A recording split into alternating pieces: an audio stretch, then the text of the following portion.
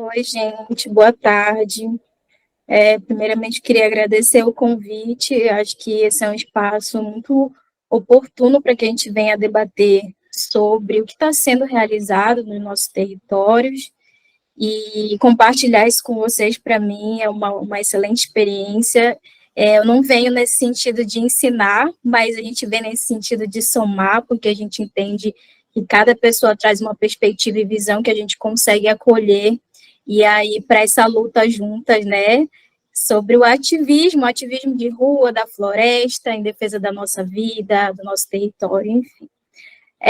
Hoje a gente vai falar sobre esse tema principal, que são os ativismos e lutas nos territórios amazônicos, conhecendo campanhas práticas em prol da conservação e preservação da Amazônia. Então, gente, continuando, né, eu me chamo Valesca, como a Aline me apresentou aí. Eu venho hoje representando a Rede Jandiras, que é uma rede de mulheres de Belém do Pará. Eu sou paraense Papaxibé, e é que eu trago um pouquinho para vocês sobre quem sou eu, o que eu tenho feito, a minha trajetória. Eu sou engenheira sanitarista ambiental pela Universidade Federal do Pará. Atualmente eu sou mestranda, né, do curso de Cidades Inteligentes e Sustentáveis da Uninove. E há mais de 12 anos eu tenho trabalhado aí com projetos socioambientais, diretamente relacionado ao trabalho voluntário. Então, eu sempre gostei de estar aí doando o meu tempo para projetos, para pessoas, para comunidades.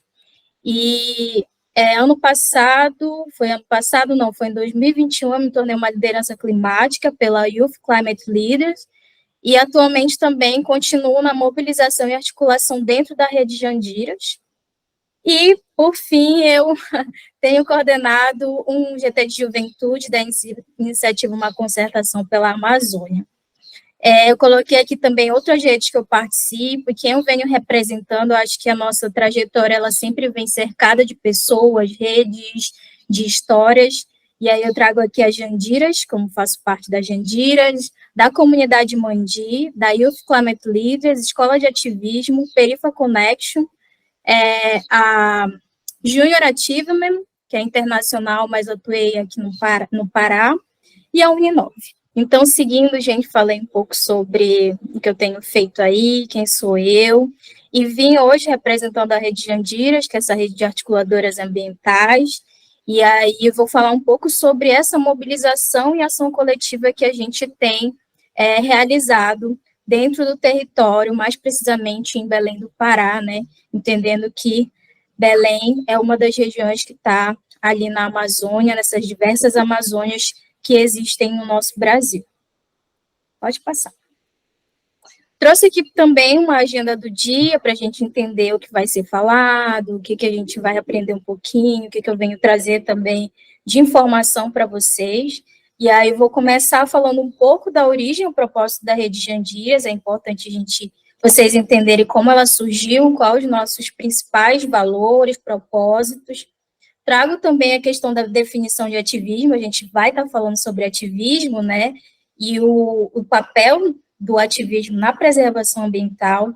Trago também ações práticas de ativismo popular, direcionado à Agenda Climática para Belém, que é um dos primeiros projetos realizados pela Rede Jandiras, mobilização e engajamento local exercendo advocacy, resultados e impactos alcançados pela Rede Jandiras em toda essa mobilização e trajetória, e os desafios e perspectivas futuras. Quais obstáculos e oportunidades a gente encontra, não só enquanto rede, mas quando a gente exerce o nosso ativismo dentro do nosso território. E aí, Aline, eu vou pedir para você, se eu passar do tempo, você pode me interromper, tá bom? Porque eu falo, viu? Tá bom, pode passar.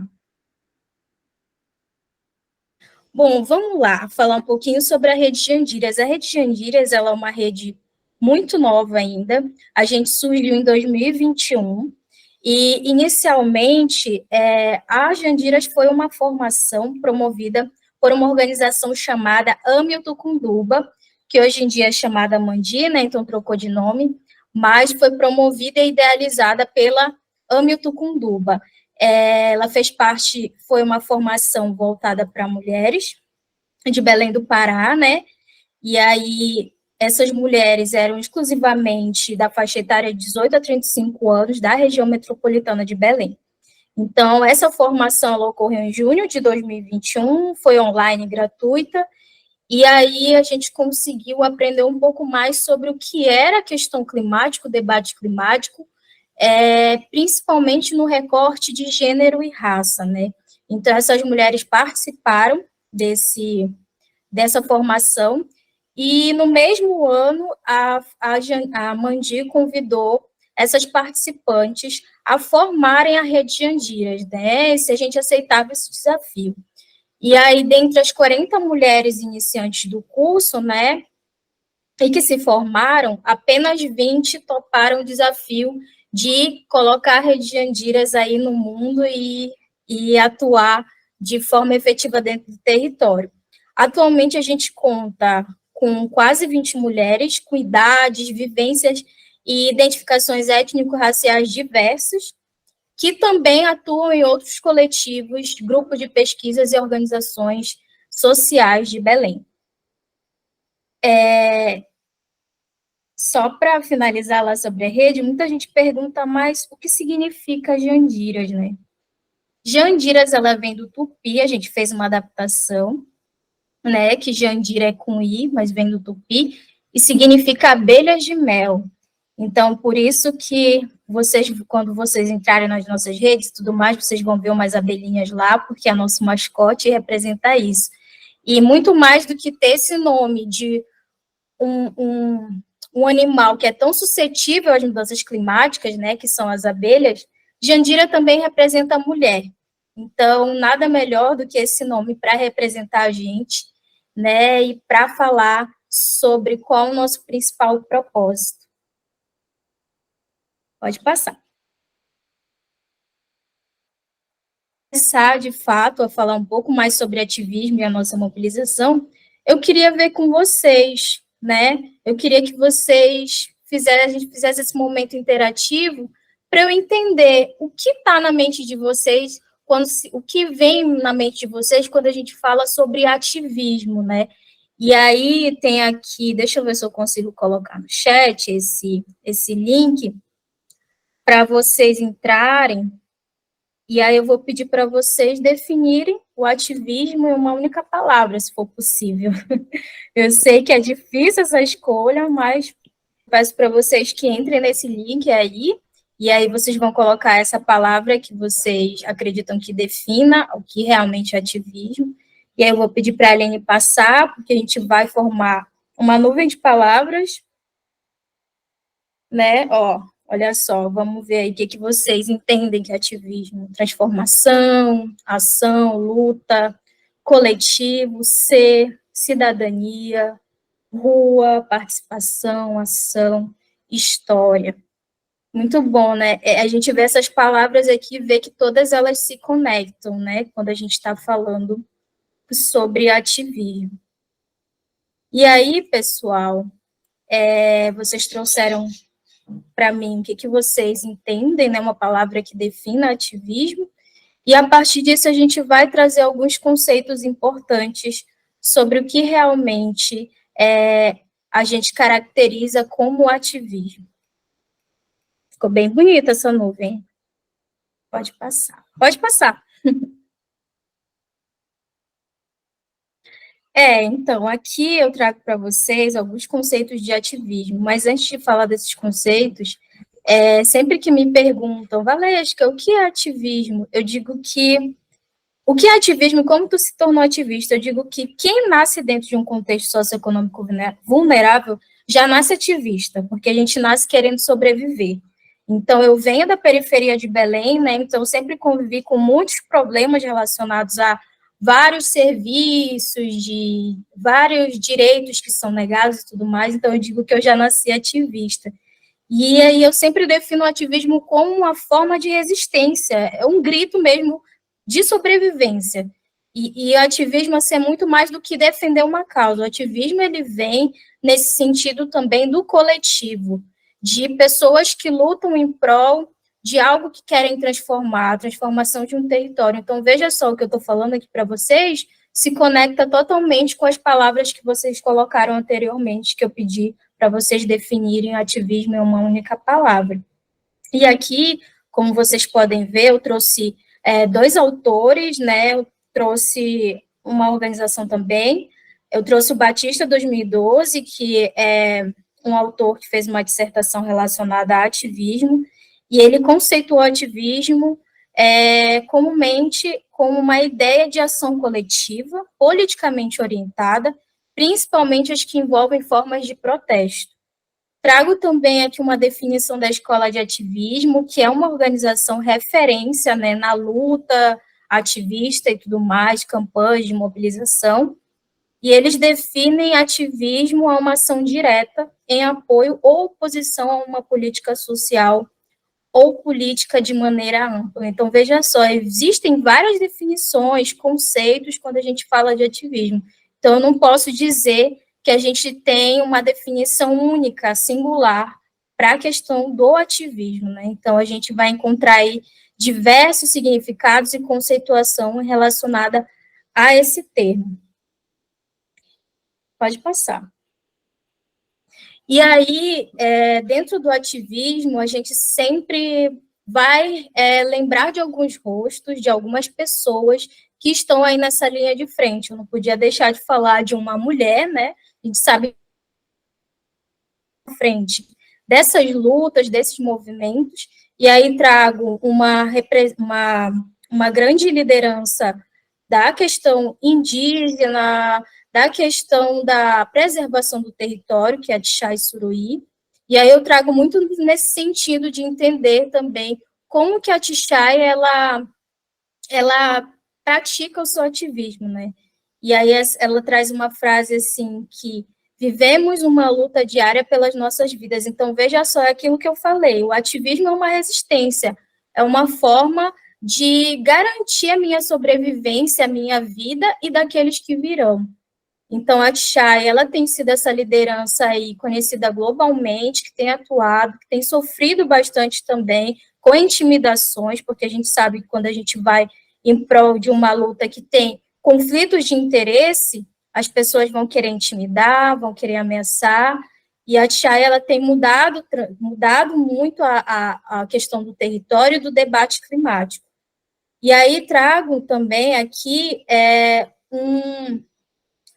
um trecho de um estudo do Balim, do Mota, que fala também como o ativismo está atrelado aos movimentos sociais, né? Então, historicamente, os movimentos sociais, eles têm se sentido lato, eles têm contribuído para organizar e conscientizar a sociedade civil através de características de persistência e continuidade, que não se resumem apenas em movimentos movidos por necessidade, mas também desenvolvidos a partir de reflexões sobre sua própria existência.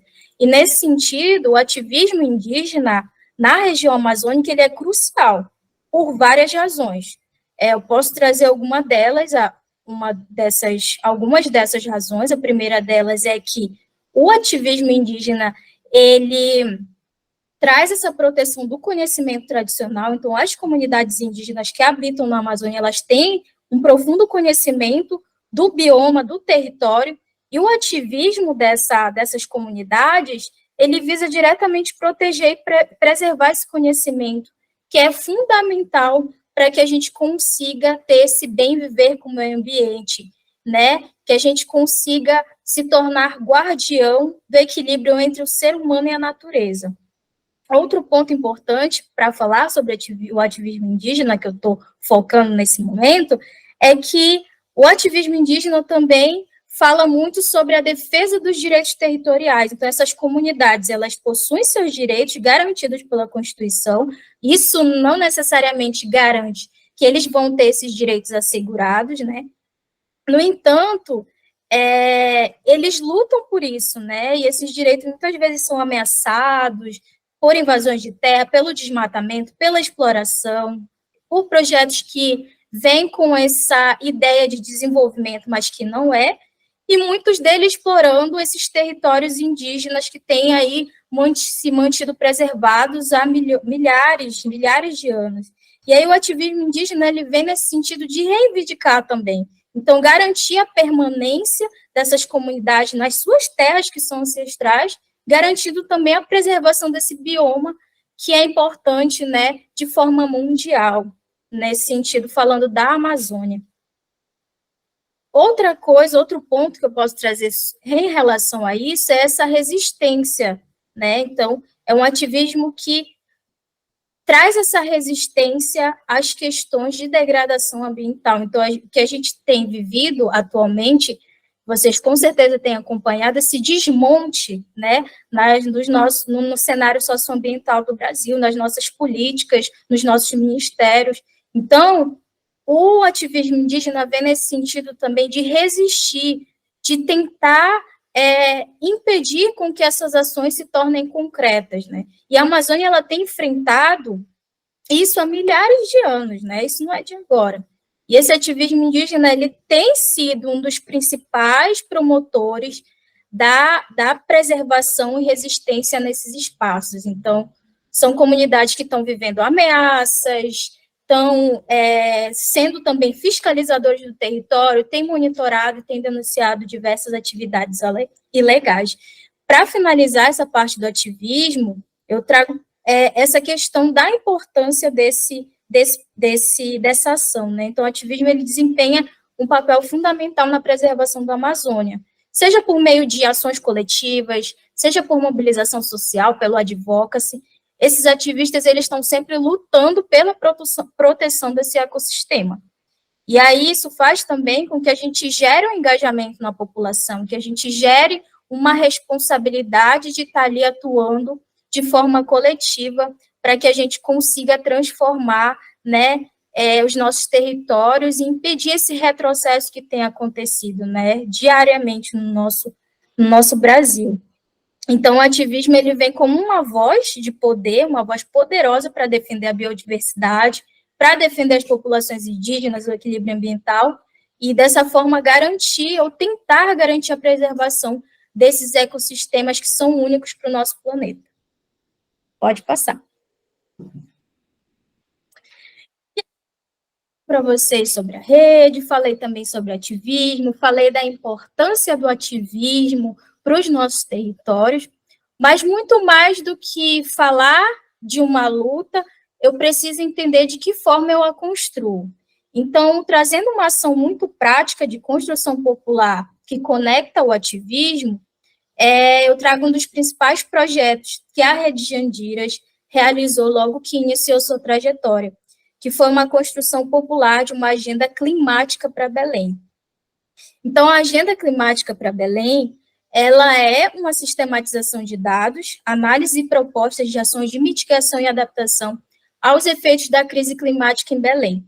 O principal objetivo dessa agenda é justamente fortalecer a agenda climática dentro do nosso município, para que a gente possa orientar e cobrar o poder público a agir nesse sentido. Então, a nossa agenda, ela apresenta os principais desafios que a gente enfrenta no nosso território, mas muito mais do que falar em problemáticas, a gente traz propostas de ações diretas que podem ser implementadas, visando solucionar ou amenizar esses problemas que a gente tem vivido no território. A nossa agenda, ela foi construída durante 3 meses, e aí, como a gente sabe que existem inúmeras problemáticas no nosso município, a gente precisou elencar 5 eixos prioritários que a gente iria falar e propor ações diretas para serem implementadas como soluções no território. Então, a nossa agenda, ela trabalhou com 5 eixos, que foi o direito à água e saneamento. Quando você vai olhar os dados de Belém, você vê que Belém é um dos piores municípios no ranking do saneamento, né, que é realizado pelo Instituto Trata Brasil. Então, ela apresenta os piores indicadores do acesso à água e saneamento. E o Pará em si, esse ano, 4 municípios, salvo engano, do Pará, foram os piores ranqueados no Instituto Trata Brasil. Então, veja só, a gente trouxe uma das coisas que a gente lida diariamente como uma problemática em Belém, que é o acesso à água e ao saneamento. O segundo ponto, o segundo eixo que a gente traz é o direito à cidade com enfoque em habitação social. Então, Belém também tem essa problemática, né, das ocupações, não ocupações irregulares, mas ocupações espontâneas, porque a gente entende que a população mais vulnerável, mais pobre, ela está nesse processo ali de ir atrás de um território, de garantir uma casa, e aí ela acaba ocupando o espaço que o próprio governo não garante a ela. Então, existe uma grande ocupação espontânea no nosso território, a gente precisa falar sobre isso, como lidar com isso, como mapear esses espaços e garantir que a população, de fato, tenha uma moradia segura. Outro eixo, a gente fala sobre justiça racial e ambiental. A gente fala muito sobre justiça climática, né, quando a gente está debatendo o tema das mudanças climáticas, mas antes de eu falar sobre isso, eu preciso entender que o contexto brasileiro social, ele está muito atrasado, as pessoas não têm garantia, não têm suas garantias, não têm acesso a direitos básicos. Então, como que eu vou falar para alguém de mudanças climáticas enquanto essa pessoa está tentando ter o básico? Então, eu preciso entender que, antes de falar disso, eu preciso garantir a justiça social a essas pessoas e, assim, trazer esses outros temas que são prioritários. Então, a gente fala sobre essa justiça social, justiça racial e essa justiça ambiental também. Outro ponto foi, outro eixo prioritário que a gente traz é a questão da infância e do clima.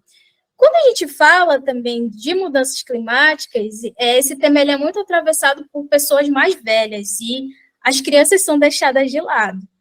E aí, essa nova geração que está vindo, ela vai sofrer de forma duplicada com todas essas mudanças que estão sendo ocasionadas pelas mudanças climáticas. Então, como que a gente prepara essas crianças?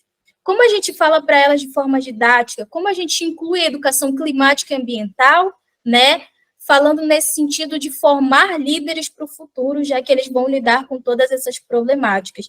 Então, quando a gente fala de infância e clima, no debate climático, a gente está falando de um contexto intergeracional. Então, a gente precisa integrar todas as pessoas, todas as faixas etárias, todas as populações para falar sobre isso e tentar lidar com essa luta relacionada às mudanças do clima.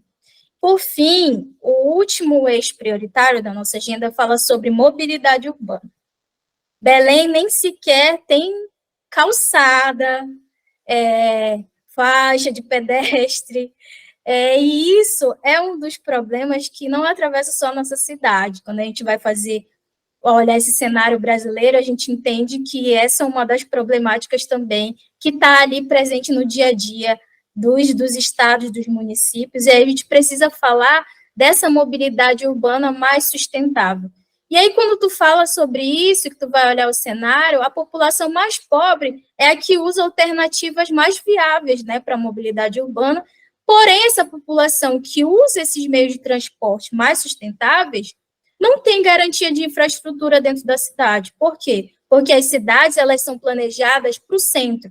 As periferias, elas são isoladas, as periferias não são pensadas. Então, a cidade, ela não é feita para a população mais pobre. Então, por isso a gente fala muito também sobre mobilidade urbana, inclusive dentro da nossa rede existem outras mulheres que estão muito ativas dentro desse eixo.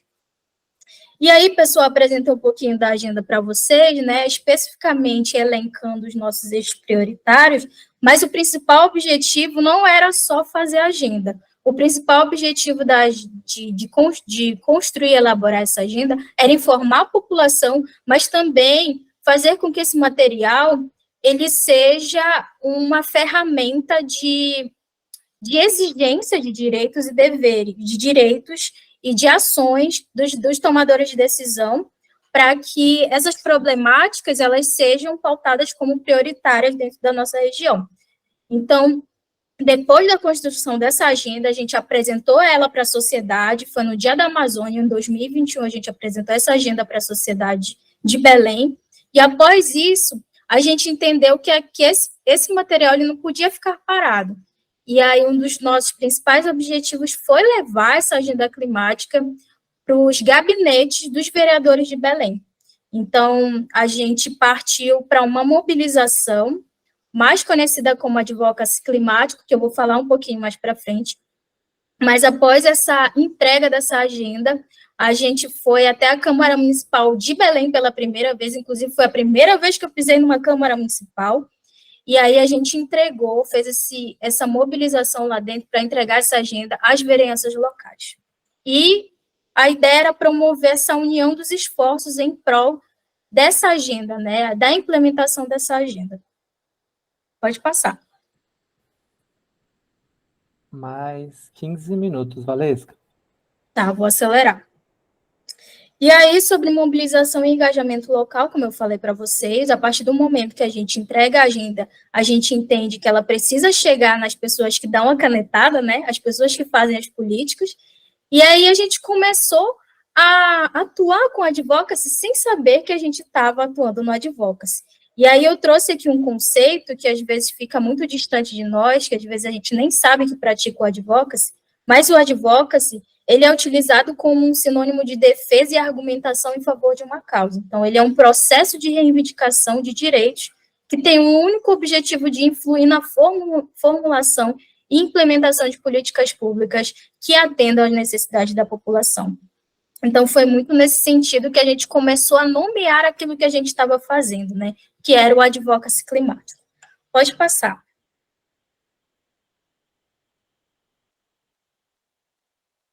E aí, para falar um pouco sobre mobilização também, né, que está tudo conectado com a nossa entrega da agenda dentro da Câmara Municipal de Belém, eu trouxe aqui 3 estratégias de mobilização que a gente usou, né, para entregar a agenda e para elaborar ela, idealizar ela desde o início, construir e executar o que a gente tinha como objetivo ao apresentar a agenda para a sociedade civil, para os tomadores de decisão. Então, toda vez que a gente vai pensar em uma mobilização e engajamento local, nessa perspectiva do advocacy, a gente tem que pensar que o engajamento da comunidade local, ele é essencial para isso, porque a mobilização da comunidade local, ela é fundamental para o sucesso das ações de rede. Esse processo de engajamento, ele pode ser feito de diversas formas, seja por reunião comunitária, assembleia, workshop, evento educacional. O que não se pode deixar é de colocar isso como uma pauta prioritária, porque a população ela precisa participar desses processos. Outra estratégia que a gente utilizou foram campanhas de conscientização. Então, após a entrega da agenda, né, vou falar um pouco mais para frente sobre uma campanha que a gente promoveu para o Fórum Climático de Belém, que é uma das propostas que estão dentro da agenda, e aí a gente começou com essas campanhas de conscientização dentro do território. Por fim, a gente precisa entender que para que esses projetos eles realmente deem certo, a gente precisa de parceria e colaboração. Por isso é tão importante ter-se uma rede de pessoas em prol de uma causa. Então, essas parcerias, elas fazem também com que a gente estabeleça parcerias estratégicas, né, e colaborações com outras organizações ambientais. Então, quando a gente une esses esforços, a gente consegue compartilhar recurso, conhecimento, experiência, e fazer com que aquele projeto que a gente idealizou, ele se torne de fato efetivo. Então, na questão de envolver projetos conjuntos de pesquisa e campanhas de advocacy, a gente precisa trabalhar em colaboração. E não só a rede se beneficia disso, né, dessas parcerias, né, mas todos nós conseguimos fortalecer as atividades de cada um de nós e ampliar, assim, a nossa influência dentro do território amazônico. Pode passar. E aí, como eu falei anteriormente, né, uma das propostas da agenda foi a operacionalização e institucionalização de um fórum dentro de Belém. Belém não tem nenhum fórum que fale sobre mudanças climáticas, então a gente entendeu, como é que a gente vai pressionar além da agenda? Então a gente pensou em iniciar uma campanha chamada Fórum Climático Já. Essa campanha, ela veio com essa parceria, ela veio com a mobilização social e ela veio também com as campanhas de conscientização.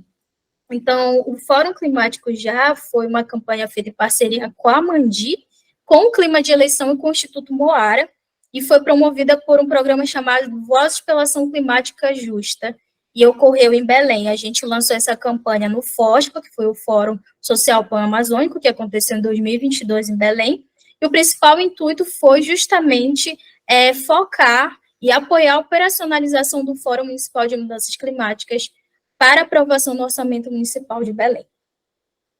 Pode passar. E aí, gente, essa aqui é uma das principais mensagens que a gente traz com o Fórum Climático de Belém, que fala daqui em 2050 desaparece para você, então a gente traz esse impacto aí para dentro do município de Belém, para que as pessoas consigam entender a gravidade que são as mudanças climáticas e que a gente precisa agir, né? A gente não pode esperar aqui 2050, a gente não pode esperar daqui a 2030, porque isso já está acontecendo. Então, essa foi a nossa campanha de conscientização e mobilização da sociedade civil, para que os tomadores de decisão olhassem, de fato, para essa pauta e colocassem ela como prioritária. Então, conseguindo o Fórum Climático, Belém poderia ser a primeira capital da Amazônia a estabelecer um fórum participativo para propor soluções de enfrentamento à crise climática. Essa mobilização começou em 2022 e está até hoje, gente, a gente está lutando aí, por isso que o nosso Tássio falou, né, ativistas cansados, realmente, cansa muito, e até hoje a gente está aí tentando reivindicar esse fórum para Belém. Pode passar. E aí, apesar do cansaço, dessa mobilização, desse trabalho aí que a gente faz todos os dias dentro do nosso território, a gente consegue alcançar, sim, resultados e impactos, né, no nosso trabalho. Após essa mobilização da campanha do Fórum Climático, a gente teve apoio de uma vereança chamada Bia Caminha. A Bia levou uma emenda para o Plano Plurianual de Belém, e o fórum foi aprovado no PPA, então foi uma vitória gigantesca para a gente, ou seja, a campanha que a gente idealizou e disse a gente vai conseguir com a participação social e levar os tomadores de decisão, foi um sucesso. Então, agora, a partir disso, a gente conseguiu também ocupar a Câmara Municipal, né, a Casa do Povo, então a gente tem que estar lá. E aí a gente começou a ocupar a Câmara Municipal de Belém e fortalecer os nossos apoios com as vereanças locais. Essa foto aqui é da primeira sessão especial sobre mudanças climáticas, que a Rede Jandiras foi proponente, e aí a gente queria a participação da população, e como vocês podem ver, isso aconteceu, e de fato foi um resultado, um impacto grande para o nosso trabalho. Após isso, né, como falei, o fórum foi aprovado no PPA, e para que ele se institucionalize, seja operacionalizado, é preciso haver um decreto. Mas antes disso, é preciso construir uma minuta, e essa minuta se tornará um decreto. E aí a gente fez uma articulação com a Secretaria Municipal de Meio Ambiente, que é o principal responsável por pela elaboração dessa minuta, e aí a gente exigiu, não, a gente quer que a população construa essa minuta sim. E aí a gente conseguiu, então, junto com a população paraense, a Rede Jandiras conseguiu incidir nessa minuta e trazer as perspectivas da comunidade para dentro desse documento. Agora, me perguntem, Valesca, o prefeito já assinou? Não, está lá na mesa dele, por isso que a gente está lá sempre batendo na porta. Pode passar. É assim mesmo, gente.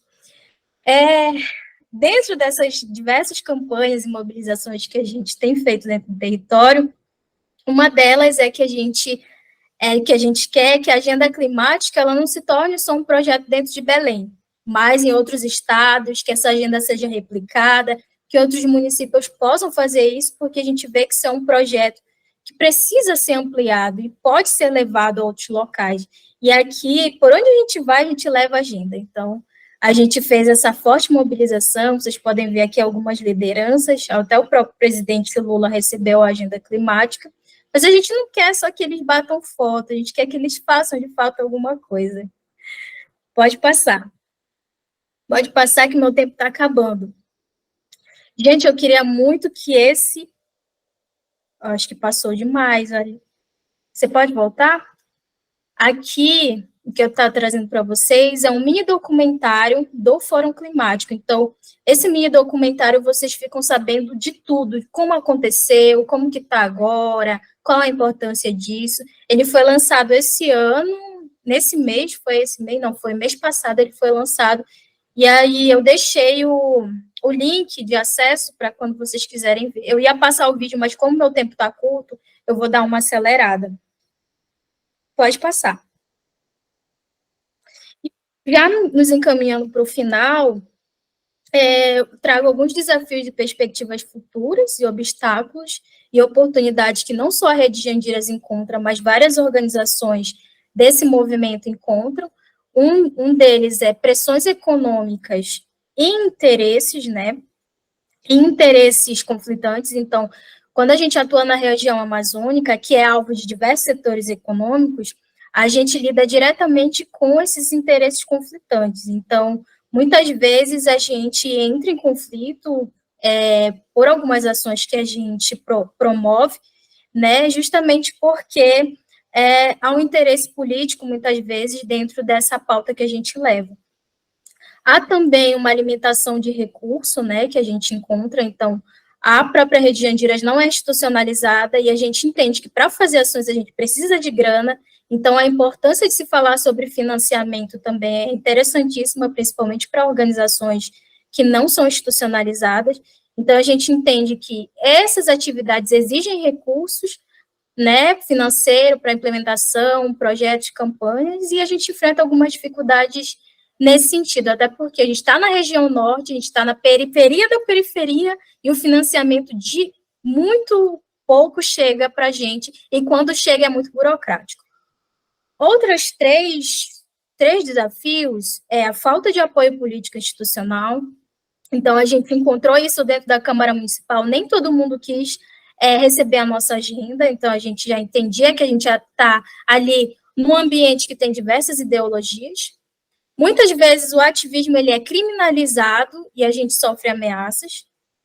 E, por fim, há uma complexidade e extensão geográfica da Amazônia quando a gente vai falar de atuação, né? Porque a nossa região é uma região vasta, ela é um grande ecossistema, e muitas vezes isso implica em desafios logísticos para que a gente possa alcançar a maior parte da população e, de fato, levar essas campanhas para dentro de espaços que estão vulneráveis. Então, a gente tem esse grande desafio. Pode passar. A verdade que eu trago é que a gente consegue também enxergar esse cenário hoje em dia, é que a incidência política ela está muito forte, então a gente tem promovido bastante isso, e a gente tem estado nesse espaço.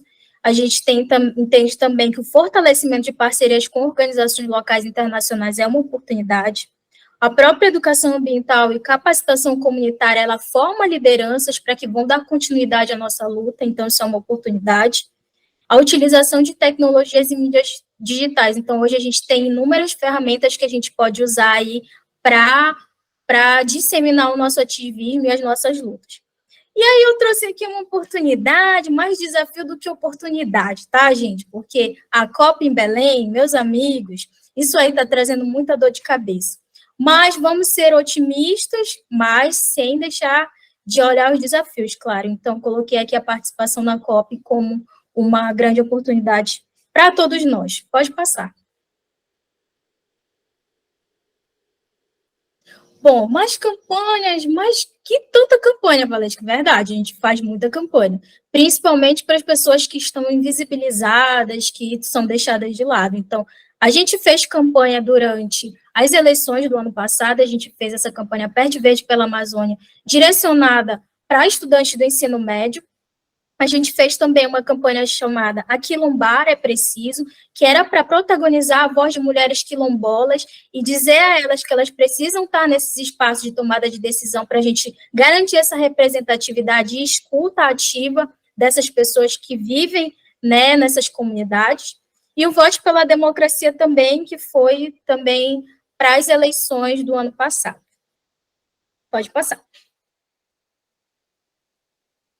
Gente, para finalizar, eu trago aqui uma frase que a gente escutou em uma formação de comunicação não violenta, que foi feita para a Rede Jandiras, e o autor é desconhecido, de verdade. E aí ficou isso matutando na nossa cabeça, que falaram assim, que nós somos cidadãos de uma cidade que não existe. E é fato. Nós somos cidadãos de uma cidade que a gente planeja, que a gente idealiza, que a gente sonha. Então, essa cidade ela ainda não existe, mas a gente tem lutado para que ela realmente saia dos nossos sonhos. Então, essa frase é muito impactante, ela fala muito sobre o que é o trabalho da Rede Jandiras. Pode passar. Olha aí, chegamos ao fim, espero que eu tenha chegado no meu tempo, não tenha passado, mas é isso. Nos sigam nas redes sociais, nos acompanhem, quem quiser fazer parcerias, estamos em aberto. E é isso, espero que vocês tenham gostado, gente. Obrigada. Maravilhosa! Muito boa a apresentação, lindo, lindo, lindo. Demais, fiquei babando com a Rede Jandiras. Eu conheci a Jandiras no Bicicultura de Belém do ano passado, fiquei apaixonada, eu conheci essa agenda climática para Belém. Muito, muito impactante o trabalho de vocês, parabéns, muito, muito bonito mesmo. Queria chamar, então, o Bruno e o Rian. Rian, é isso que chama, é assim que fala? Isso, Rian. Do Conecta Resex. Deixa eu ver aqui. Eu queria também registrar que a Luísa, que também é uma das coordenadoras, ela também está na sala. Tá? Luísa, Rian e Bruno estão na sala para representar o Conecta Resex. Eu vou ler a mini bio do Rian, que ele vai falar mais, mas enfim, eles vão contribuir juntos. O Rian tem 21 anos de idade, um jovem, morador da Resex Chico Mendes, na cidade de Chapuri. Ele é extrativista, trabalha na colheita de castanha, da castanha e da borracha. Também carrega a missão de dar continuidade nas atividades em defesa da floresta em pé e do estilo de vida. Atualmente, ele é integrante do Conecta Resex, sendo ativista e comunicador. Bem-vindo, Rian. Boa tarde a todos, né? Como já adiantou, meu nome é Rian, né? Sou morador aqui da Resex Chico Mendes, inclusive estou aqui na Resex agora, nesse momento. Um avanço para a gente já tem internet aqui, né? Já tem a comunicação. Então é isso, eu sou extrativista, sou filho da luta, né? Daqui dos seringueiros, né? Em defesa da floresta, da Amazônia e também da humanidade, né? Como Chico Mendes mesmo já disse. Então, eu sou daqui, sou filho de Raimundo Mendes, né? Que é primo de Chico Mendes. E a gente trabalha aqui com o extrativismo, né? A castanha, a seringa.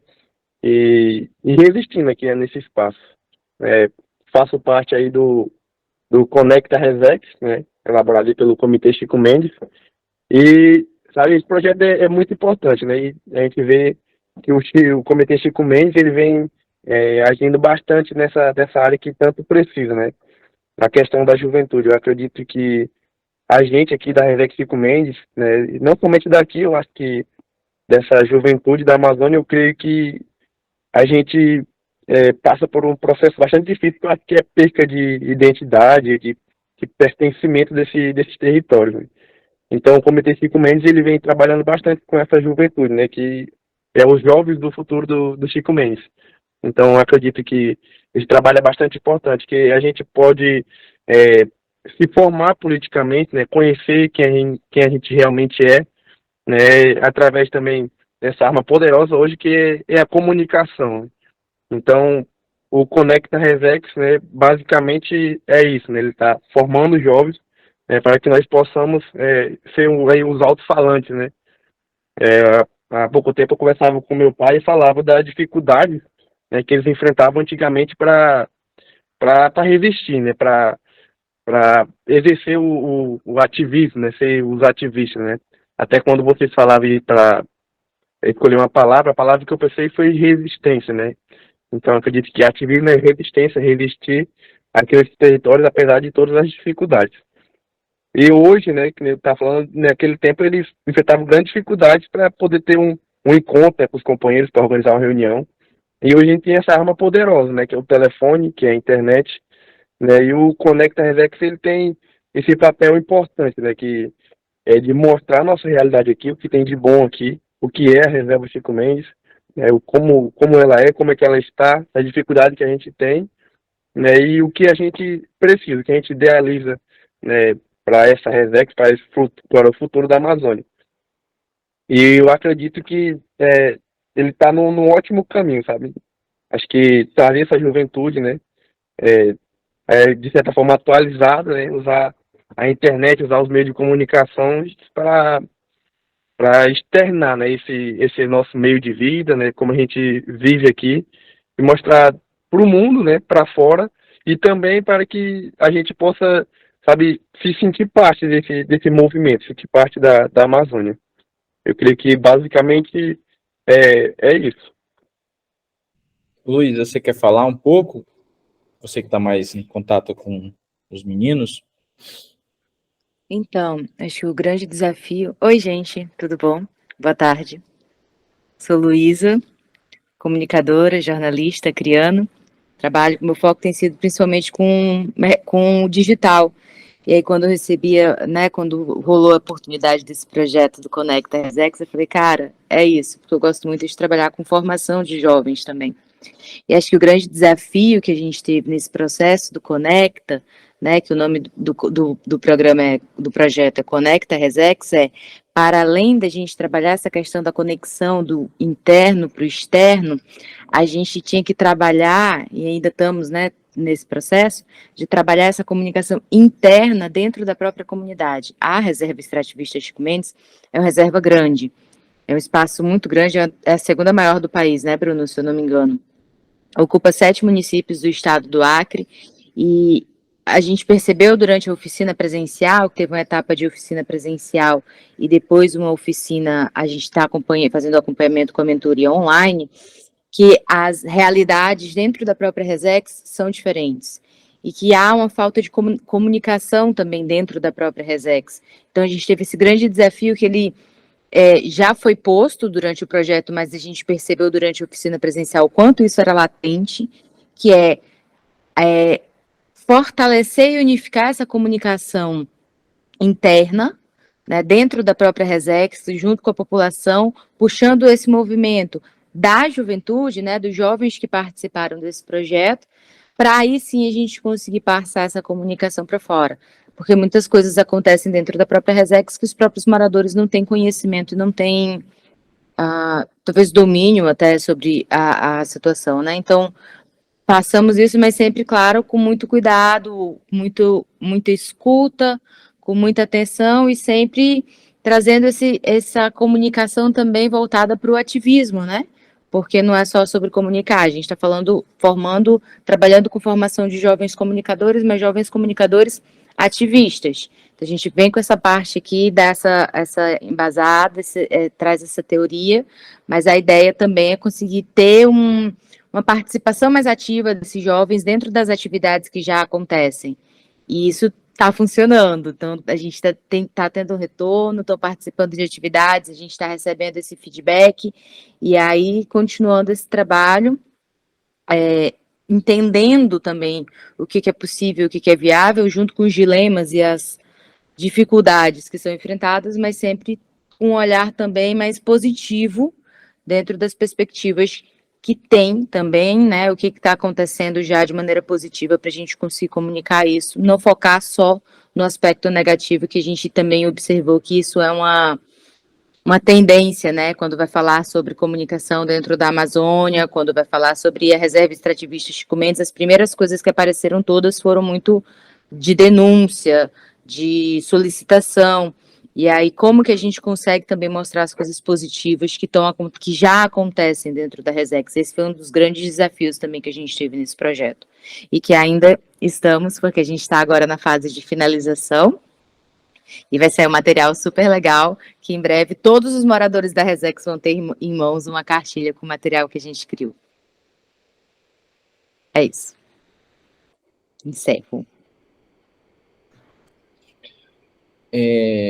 Eu não sei, na aula da Ângela, não sei se ela comentou um pouco, né, sobre a atuação do Comitê Chico Mendes, né, mas a partir do momento em que o Comitê Chico Mendes, ele se torna uma pessoa, né, jurídica, porque ele vinha há 32 anos sendo uma organização onde a gente tinha parceiros, né, e agora ela se torna uma organização com pessoa jurídica, a gente entende que a gente dá esse salto de que a juventude, né, inspirados na carta de Chico Mendes, a gente tinha que fazer essa formação com a juventude.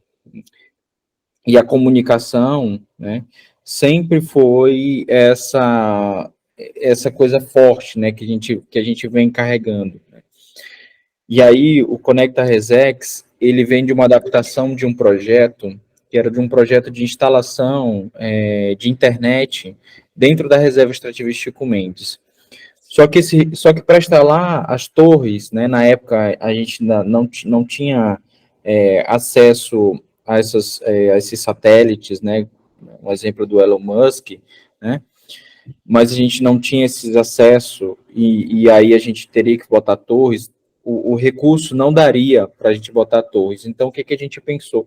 Vamos transformar esse projeto, né, vamos modificar ele em informação para jovens extrativistas, né, da reserva extrativista Chico Mendes, né? Porque a gente sempre vem nessa disputa de narrativa. Hoje, a reserva extrativista Chico Mendes, ela é a reserva mais atacada que a gente tem no Acre. Então, ela é uma reserva muito, muito atacada.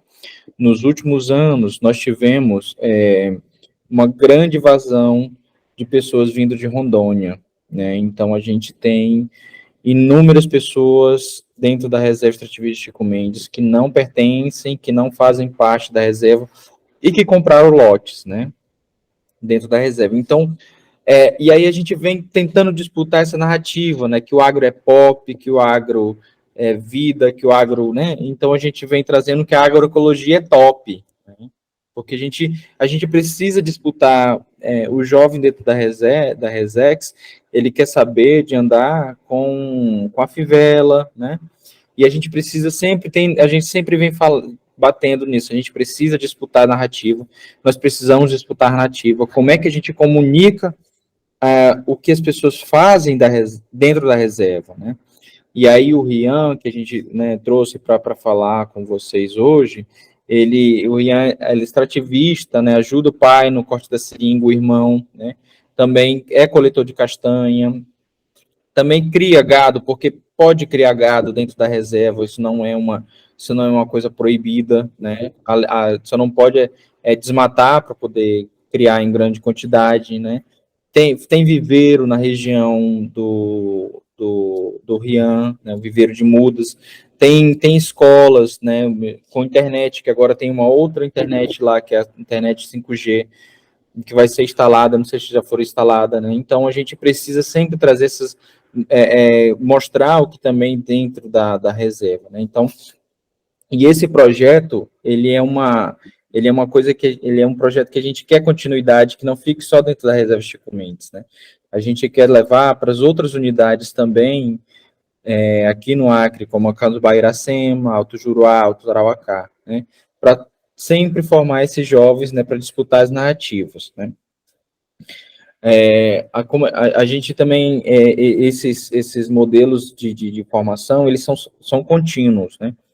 Na semana passada, o Rian e outras pessoas também do Conecta Resex estiveram participando de uma formação também do projeto do VAC, que é do Vozes pelas Ações Climáticas Justas, né? Então, essa formação, ela é contínua, né? Ela vem sempre acontecendo, né? Agora, no próximo mês, no mês de agosto e setembro, nós vamos ter mais formações também em comunicação, advocacy, né?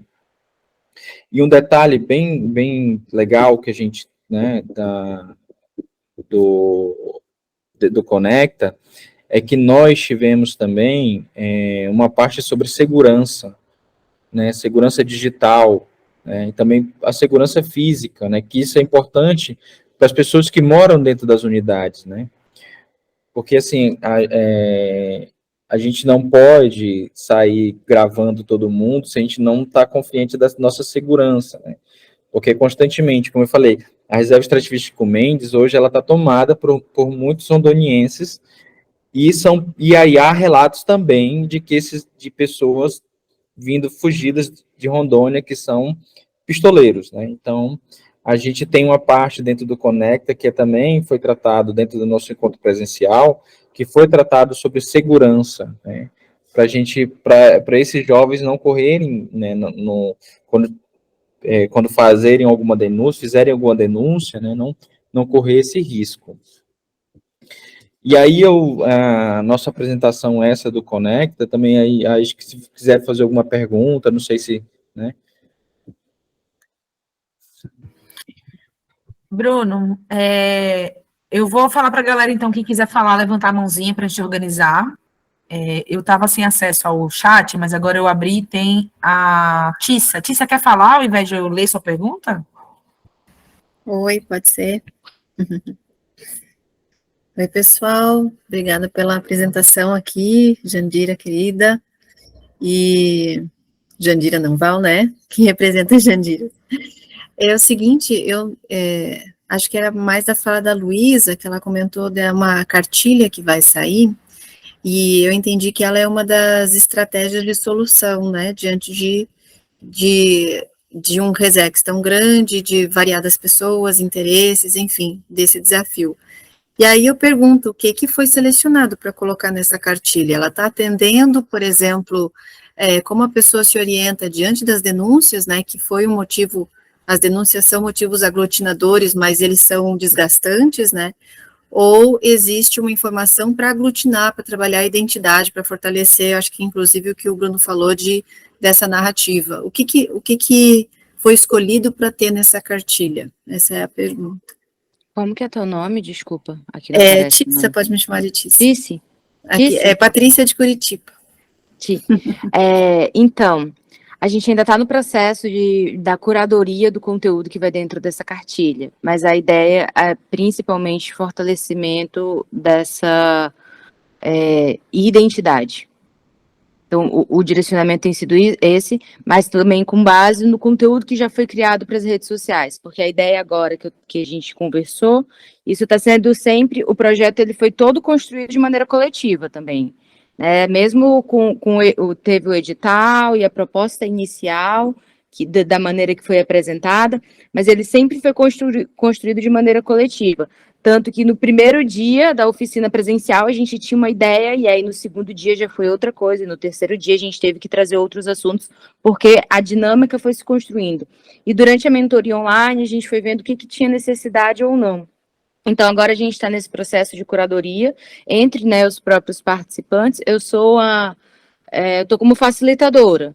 Então, quem decide de fato, né, é a galera. Então, Rian tá aqui participando desse processo, e uma das coisas que a gente observou foi que pode ser interessante nós trabalharmos o conteúdo do digital, e aí eu já venho um pouco com essa pegada, que é para a gente ver também como esse conteúdo pode se transformar e estar presente em vários formatos, né, passando a mesma mensagem, reforçando algumas ideias, alguns contextos, mas em comunicações diferentes. Então, o que vai para a rede social é uma maneira. A gente consegue aproveitar esse material para cartilha? Conseguimos, mas aí, como que esse material vai ser aproveitado para cartilha agora?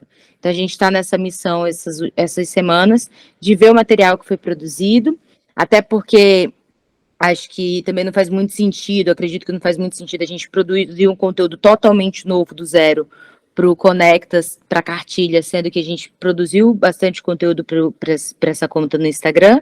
Então, agora a gente vai fazer essa análise, o que cada um produziu, como que esse material foi produzido, e como que a gente consegue colocar isso na cartilha para se tornar viável, né? E pensando também, a gente surgiu algumas ideias de colocar um QR Code para chamar para algum vídeo e brincar com algumas coisas, mas sempre reforçando essa parte de conexão voltada para a identidade. E daí, só mais uma pergunta, daí como é que vocês chegam nessa conclusão? É votação? Como que é o processo de decisão? Não é um grupo grande, somos eu como facilitadora e 6 participantes. Então, a gente faz em reunião, ou nas nossas mentorias online, a gente está decidindo isso de maneira coletiva, assim. Um tem uma ideia e o outro comenta, até porque o processo de formação do que a gente que o Conecta traz e propõe, é exatamente a gente ter essa facilitação da construção coletiva também. Então, a ideia é que todo mundo entenda qual que é o processo de produção do material. Então, a gente está sendo construído, não é necessariamente votação, porque cada um vai apresentar a sua proposta. O que a gente precisa trabalhar é fazer com que essa cartilha seja coesa, né? Que conte uma história, que tenha uma narrativa que faça sentido. Então, eu não posso colocar uma coisa aqui e depois botar uma outra coisa nada a ver. Mas esse processo a gente vou cutucando também, vou dando umas alfinetadas de vez em quando. Será que faz sentido? Se não faz sentido? E aí as respostas vão surgindo e o negócio vai se construindo. Não há, a metodologia, ela é fluida. Desde quando existe o Conecta? Eu não lembro se o Bruno comentou. Ele começou em março, né? O primeiro encontro, que aliás foi o encontro presencial, foi durante 3 dias, e começou em 1º de março. Desse ano? Caramba! É novinho, que legal. Tássio? Eu tenho um monte de perguntas, gente, se vocês... Eu mesmo. Fala. Boa tarde, pessoal. Tássio Fúria aqui de Rio Branco, Acre. Uma pergunta para o Rian. Na verdade, 2. Primeiro, se pudesse compartilhar com a galera um pouquinho do trabalho da Vert, com a tua família aí, eu acho que ia ser massa do pessoal saber que isso aí eu sempre menciono. E agora uma curiosidade, assim, pessoal mesmo. Cara, tu tem 21 anos, é isso? Pois é, 21 anos, cara. Pra galera de fora aqui, e o povo que ainda não pisou aqui pelo Acre, existe o termo seringueiro, ele é pejorativo aqui dentro da cidade. Você quer ofender alguém, você chama o cara de seringueiro. Se veste feio, parece seringueiro. Fala direito, parece seringueiro. E isso, esse hábito, né, esse costume pejorativo, ele vem atravessando gerações, e ainda até hoje é assim, cara. E ver um cara assim da tua idade, que conhece a história e se orgulha, né, de falar isso, o pessoal daqui de fora do Acre pode não imaginar, mas é extremamente raro. E eu acho que é um grande desafio, né? Mais até do que levar renda para dentro da área de reserva, né? Por cumprir o papel social também, mas é também de resgatar esse orgulho, que eu acho mais difícil fazer a galera se orgulhar, conhecer as origens, se orgulhar da origem seringueira, do que levar grana. Como é que tu acha que isso pode ser feito, cara? Fazer a galera da tua geração se orgulhar. Tem alguma dancinha no TikTok que pode ajudar com isso? Fala um pouco disso pra gente aí, por favor. Porque, assim, esse ano eu vou fazer 35 e eu me sinto jovem de espírito, mas tem uns negócios aí que eu já tô sentindo o distanciamento na comunicação. Eu queria entender um pouco mais sobre isso, se é que deu para entender a pergunta, e que tu falasse um pouquinho do trabalho da Vert aí. É isso, valeu. Beleza. Pois é, eu acho que esse é o nosso maior desafio hoje, né? Eu acho que dificilmente, eu acho que tu vem aqui na Resex, dificilmente alguém vai falar que é seringueiro, né? Que nem o Bruno já falou um pouco, né? Hoje é o que tá aí na moda, né? Entre aspas, é o agro, né? É o sertanejo, é a fivelona. Então, se você vier dar uma volta aqui na Resex, acho que você vai mais encontrar, acho que 90% é alguém que quer viver essa vida do agro mesmo, sabe? De ostentação, de uma caminhonete, de uma botona, sabe? Então, acho que esse é um dos maiores desafios, né? Eu acho que esse tipo de atitude, ele influencia bastante, principalmente na dificuldade hoje que a gente tem de organizar, sabe? A juventude. Acho que passou, quando isso realmente dominou aqui, né, pessoas pararam de se organizar, pararam de participar das reuniões, né? Então a gente vê bastante que teve essa evasão, né? A pessoa nasce aqui, cresce aqui, sabe de toda a história, mas ela prefere ou levar essa vida que não falei do agro, ou sair daqui para a cidade e se sente envergonhada disso, né? Eu creio que nem eu falei um pouco lá na minha apresentação, acho que o Conecta Resex, principalmente, ele é algo assim hoje que dá essa certa visibilidade, né? A gente trabalhar com rede social dá essa visibilidade. Poxa, o fulano lá, tu viu viajando para tal canto, eu tava lá viu uma reportagem que alguém fez.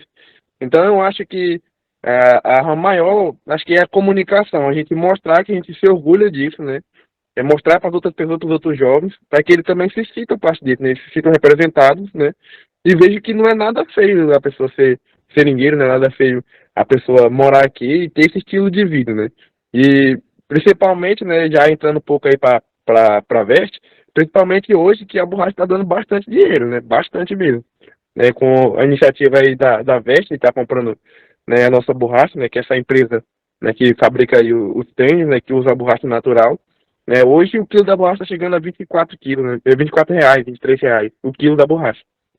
E, sabe, de certa forma, eu até brincando que pode ser uma ostentação, né? E porque a gente, por muito tempo, né, teve esse preço muito baixo da borracha, né? Ou até, talvez, entre aí um pouco sobre, né, esse termo seringueiro, né? A pessoa antigamente andava mal arrumado, né? Aí era o tal do seringueiro, mas eu creio hoje que a pessoa que corta seringa, que é seringueira de verdade, ela vai andar bem arrumada, né? Hoje, a maioria dos seringueiros hoje usa um tênis da Veste, né? Que é um tênis aí diretamente da França, né? Uma empresa francesa, então eu creio que tá mudando isso, sabe? Então, acho que é através da comunicação mesmo, a gente mostrar, né, o nosso estilo de vida, mostrar que as coisas estão melhorando, né? É claro que precisa melhorar muita coisa também, mas eu acho que a gente mostrando que a gente tá aqui, a gente é seringueiro, corta seringa, mas que a gente também se veste bem, a gente fala bem, a gente se posiciona bem. Eu acho que a gente mostrando isso para os outros jovens, acho que é a arma principal. É isso. Perfeito, mano. Valeu, obrigadão. Ô Rian, a gente teve há pouco tempo aí, em Chapuri, inclusive, e a gente conversou, foi no Sindicato dos Trabalhadores Rurais, se eu não me engano era assim o nome do sindicato. Não lembro o nome da pessoa com quem a gente conversou. Gabriel, Justus, Paulo?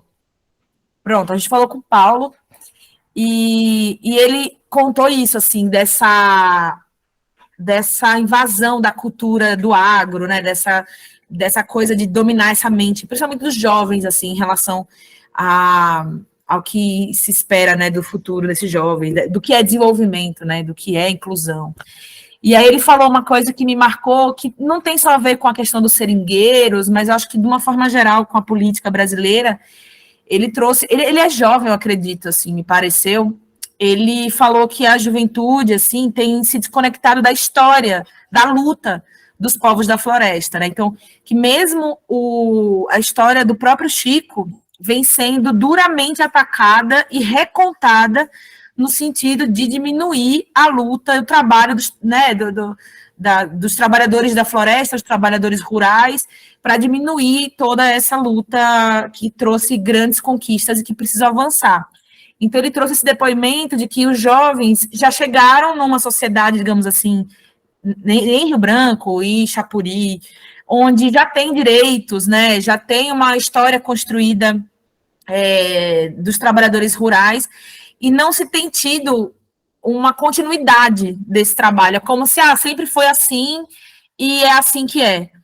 Tem tido uma desconexão quase histórica, né, com a própria história da luta do Chico que não tem tanto tempo, né, assim, a gente está bem perto dessa história. Essa história, ela é nova até, ela é recente, não tem tanto tempo, mas tem uma desconexão com essa luta mesmo dos povos, dos trabalhadores e dos povos que atuam na floresta, né, de dentro da floresta.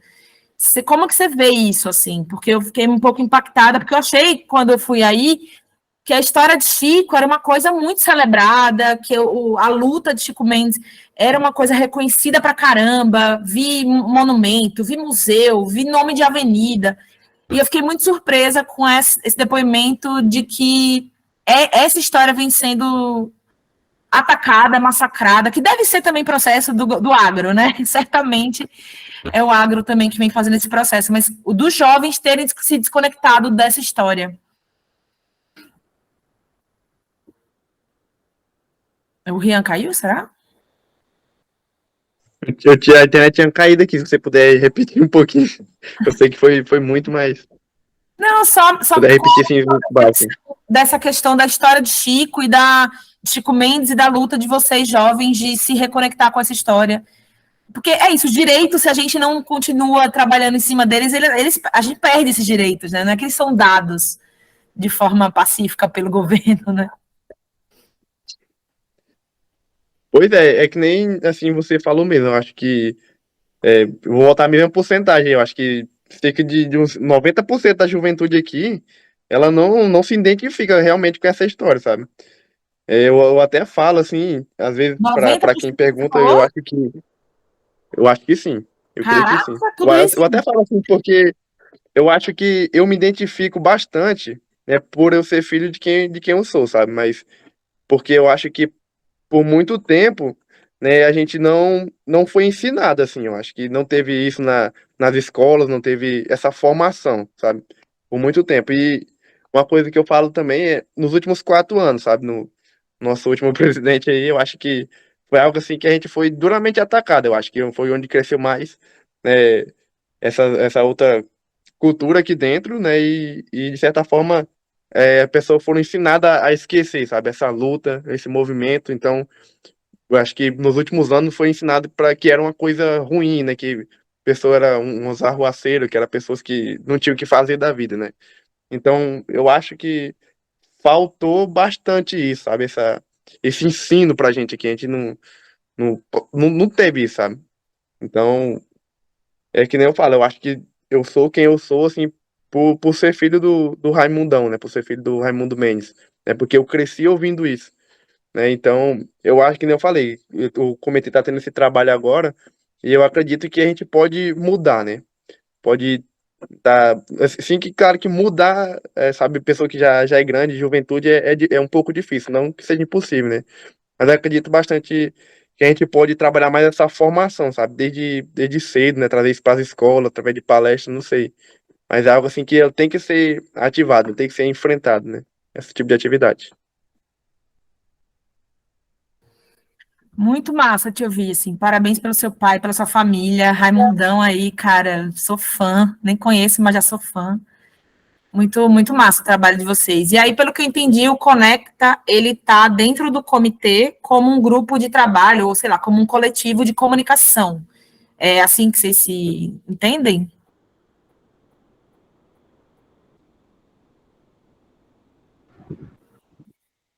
Eu creio que sim, eu acho que o Conecta é esse, eu chamo de alto-falante, né? O porta-voz aí, junto com o comitê. Mas é isso, não sei se o Bruno quer comentar melhor como que é essa relação, mas o Conecta ele é um projeto do comitê, ele surge a partir do Comitê Chico Mendes.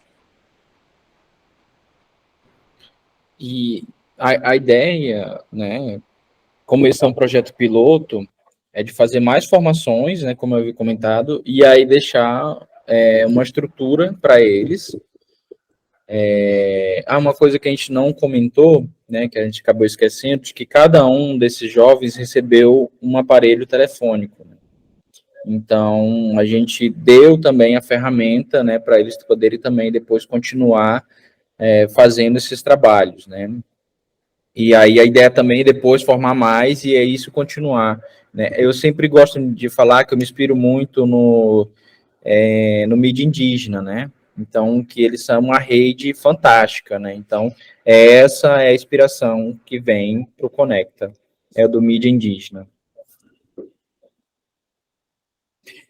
E aí, eu só queria é interessante, Aline, você falar, né, de avenidas, mas a gente só tem nome de avenidas, nós só temos estátuas aqui, porque durante 20 anos aqui nós tivemos um governo que ele era um governo de esquerda, um governo que pensava floresta, um governo que pensava não só na floresta, mas nas pessoas que moravam na floresta, né? Hoje a gente vem num apagamento sistemático de Chico Mendes, em Rio Branco, em Chapuri, em todos os lugares. Por que isso? Porque quando Chico foi assassinado em 88, a narrativa criada pelos fazendeiros é que o Chico Mendes era cachaceiro, era que Chico Mendes jogava dominó, né? E aí eu sempre gosto de fazer uma comparação. Se a gente põe uma notícia, Comitê Chico Mendes será representado por ator, eu não lembro qual é o nome do ator, em filme. Jorge Paz. Isso. Quando os noticiários locais, os comentários são cachaceiro, jogador de dominó, preguiçoso. Agora, quando a gente coloca essa mesma notícia no noticiário nacional, é Chico Mendes, herói do Brasil, Chico Mendes é o herói do Brasil, Chico Mendes foi importante para o mundo, Chico Mendes é a pessoa, é o único, é uma das pessoas que está dentro do panteão dos imortais, né, escrito no livro. Então, há essa narrativa no Acre, a narrativa nacional, né? Então, e aí vem essa desconstrução sistemática de muitos anos também. E o governo que estava há 20 anos atrás, há 20 anos, ele sempre pôs o Chico como essa liderança que ele sempre foi. Obrigada pelo contexto, Bruno. Val, você vai precisar sair, né?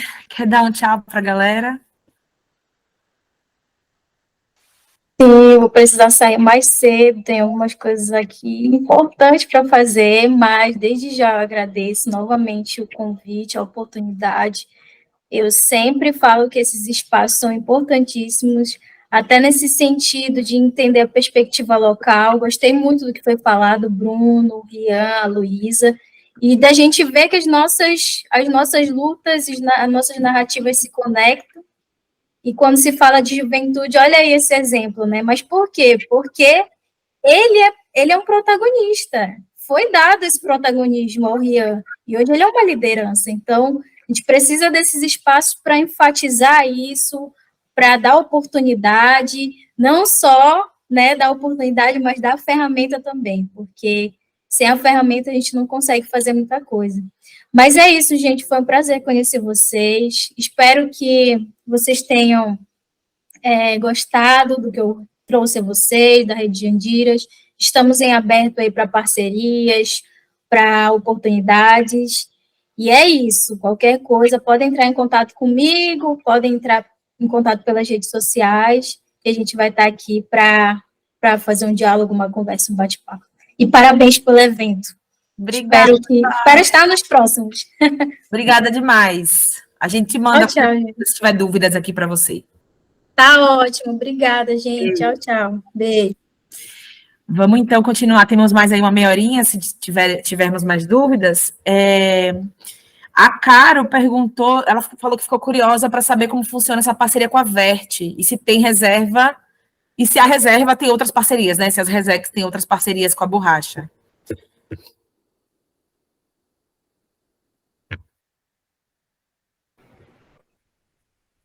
Como é que é a pergunta mesmo? Eu não entendi direito. Travou aqui. Ela está com dúvidas sobre a questão da parceria com a Vert, como que funciona. Você quer falar, Caro? Se quiser, levanta a mão aí, gente. Estou só lendo aqui o chat. Tudo eu quero falar. Posso perguntar? Claro. Então, porque... Claro. Oi, Rian, tudo bem? Aqui é a Caro do Rio de Janeiro.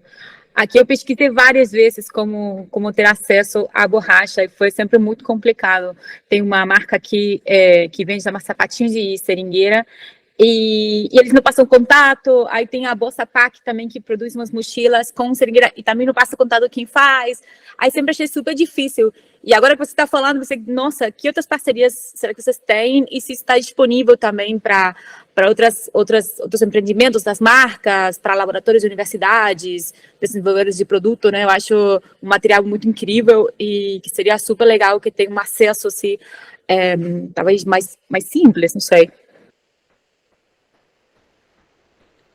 Pois é, aqui atualmente a gente tem essa parceria com a Vest mesmo, é a única parceria que a gente tá tendo no momento, porque eles estão comprando que eles chamam de GEB, né, que é o granulado escuro de borracha, né, porque por um tempo a gente vendia o látex, né, que é a forma líquida, né, e hoje a gente vende em forma de borracha, então a empresa Vest, ela compra por isso, né, por você já comprar a borracha, né, já sequinha, já bem tratado. Eu creio que por isso, né? Então, é através da Cooperaca, né? Que é a que faz essa ligação, né, com eles.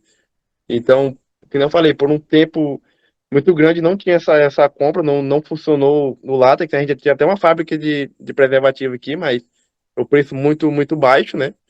E findou que não deu certo. Então, com a Veste, eu acho que deu certo por isso, né? Tanto que para a gente que produz é melhor, né? Porque é menos dificuldade para tratar a borracha do que o látex, né?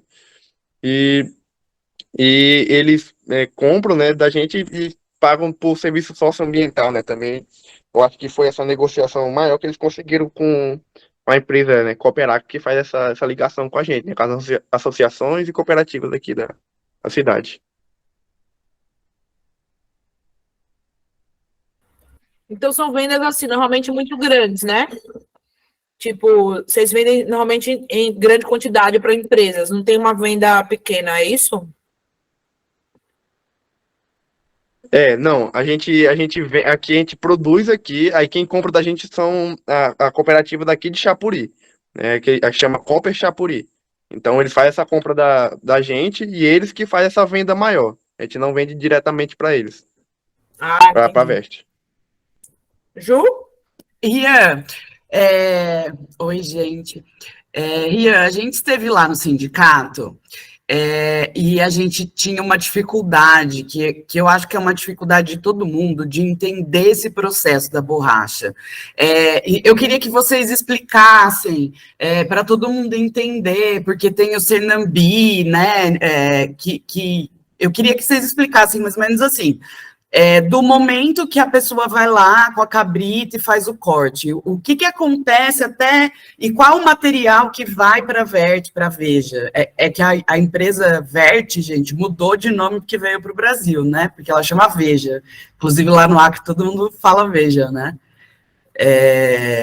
Então, explicar assim, qual que é o processo e qual que é o material que vai, porque a gente só conseguiu entender quando o Paulão levou a gente lá no depósito para ver o que era, assim, né, que fica lá esperando o material ser transportado. Então, acho que se você explicar esse processo, fica mais fácil para a turma visualizar, por favor. Tá bom. É assim, né? Tem aqui as estradas de seringa, né? Geralmente, para ser uma colocação de 2 estradas de seringa, aqui na nossa a gente tem 6 estradas, né? 6 estradas de seringa. Cada estrada tem em média aí 100, né, madeiras, tem delas que tem 200, 250 madeiras. Então, para retirada para vender a borracha, né? A gente tem aí a limpeza da estrada, né? A gente vai com a cabrita, né? Cada seringueira a gente vai cortar e vai deixar lá o látex, lá na floresta mesmo. A gente corta, né? Tem um dia todo só para percorrer, né? Madeira por madeira, cortando, né? E deixa lá o látex, né? Eu sempre digo que né, aqui hoje a gente está trabalhando com 2 estradas só, né? No momento. A gente vai cortar uma estrada, né? Um exemplo, na segunda, na terça a gente vai cortar a outra, né? Então na quarta-feira ela vai ter que descansar, né? Porque ela tem que ter no mínimo 2 dias de descanso, né? Cada estrada. Então segunda eu corto uma, terça eu corto outra, quarta se descansa. Aí quando é na quinta já vou ter que cortar a um de novo. Na quinta, na sexta eu corto a 2. Aí o látex vai ficando lá na mata mesmo, lá na tigelinha, né? Ele vai coagular naturalmente lá. Então a gente faz esse percurso, né? Esse circuito que eu falei, né? De cortar um dia e passar 2, né? Então, quando a estrada acumula 8 cortes, 6 cortes, a gente faz a colheita, né? A gente vai puxando, né? Tirando a borracha, aí leva ela para casa, aí a gente trata ela, limpa, tira toda a sujeira, a impureza, aí imprensa ela, né? Tem uma coisa que nós chamamos de prensa, né? Que é colocada dentro de uma caixinha, a gente vai pegar, vai arrumar todas aquelas biscoitinhos, né? Que a tigela é assim, né? Então a gente vai arrumar todo aquele biscoitinho direitinho. A gente chama de biscoito, a borracha quando já tá fincada. Imprensa ela e ela vai grudar uma na outra e vai formar um quadradozinho, né? De acordo com o formato da caixa. Então aquilo ali que a cooperativa compra da gente. Eles vêm, aí pesa aqui, né? Depois que ela tá feita, quadradinha, né? Prensadinha.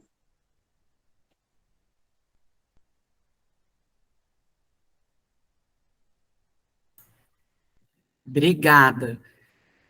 E depois. Obrigada. E aí já vai para da Cooperacre, que recolhe das pessoas, e aí a Cooperacre manda esse material para a Veja, certo? Eles pegam da gente aqui, aí eles têm outro processo que eles fazem, né? Que é uma empresa, se eu não me engano, se eu não me engano, a fábrica lá na cidade de Sena Madureira, eu acho. Que é a fábrica de granulado escuro de borracha, né? Fábrica de Jebe. Lá eles vão pegar e vão triturar, né? Triturar toda essa borracha, secar.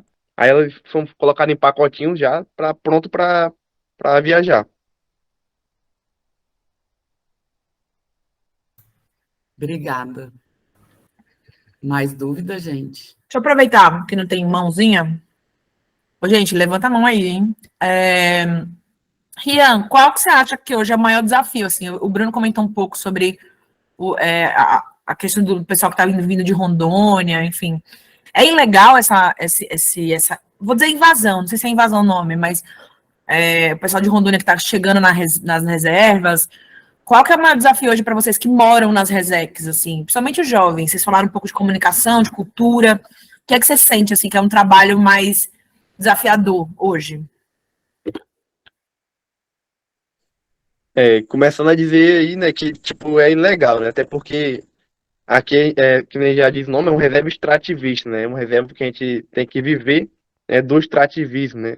Da seringa, da castanha, do açaí, né? Viver de forma sustentável, né? Então, esse pessoal que chega, eu sempre falo que eles chegaram como um vírus, né? Que eles vêm lá de Rondônia, eles não tem nenhum... não se identificam, né? Eles vêm de lá como agricultores, como pecuaristas, né? Então eles vão chegar aqui, eles não querem saber de seringueira nenhuma, de castanheira nenhuma, então eles chegam derrubando tudo, formando pasto, né? Então eu chamo de vírus por quê? Porque quando eles chegam assim, né, e começam a criar muito gado, as pessoas vão ver, não, fulano chegou um dia desse, né? Tá, derrubou, hoje já tem tanto gado, já tem casa melhor, já tem um carro melhor, isso, sabe, financeiramente já vive melhor, né? Então, por isso eu chamo de vírus, porque aí os próprios seringueiros vão, poxa, porque eu não posso, já moro tanto tempo aqui, 50, nasci, me criei aqui, né, só vivendo de seringa, porque hoje que o pessoal, é uma desculpa que o pessoal fala muito, poxa, quero que a gente viva só de castanha e seringa, né? Então é isso que o pessoal começa a pensar, né? Tô esse tempo todinho morando aqui, cortando seringa, quebrando castanha, e muitas das vezes eu não atendo algumas necessidades, né? Vamos dizer assim. Então, eu creio que o desafio maior hoje, eu acho que é valorizar mais, eu acho que a seringa, valorizar mais a castanha, né? Atividades, né, que de forma sustentável, né, que a gente sabe, né, que para exercer aqui o extrativismo, né, o Bruno adiantou um pouco sobre o gado, né? A gente pode criar gado também, mas de forma consciente. Aqui em casa a gente cria o gado, né? A gente tem um sistema silvopastoril, né? Foi uma coisa que eu aprendi quando eu fazia curso de agroecologia, né? Que é um sistema integrado entre árvore e pecuária, né? Então a gente tem o nosso plantio de seringa e entre o nosso plantio de seringa a gente também tem um pasto, a gente cria o nosso gado lá. Então eu creio que não é essa desculpa, sabe? Dizer que para viver aqui tem que desmatar. Então, acho que é trazer, sabe, essas técnicas para cá, mostrar que a gente pode sim viver e viver bem, né, sem ser preciso acabar com tudo. Então, eu acho isso.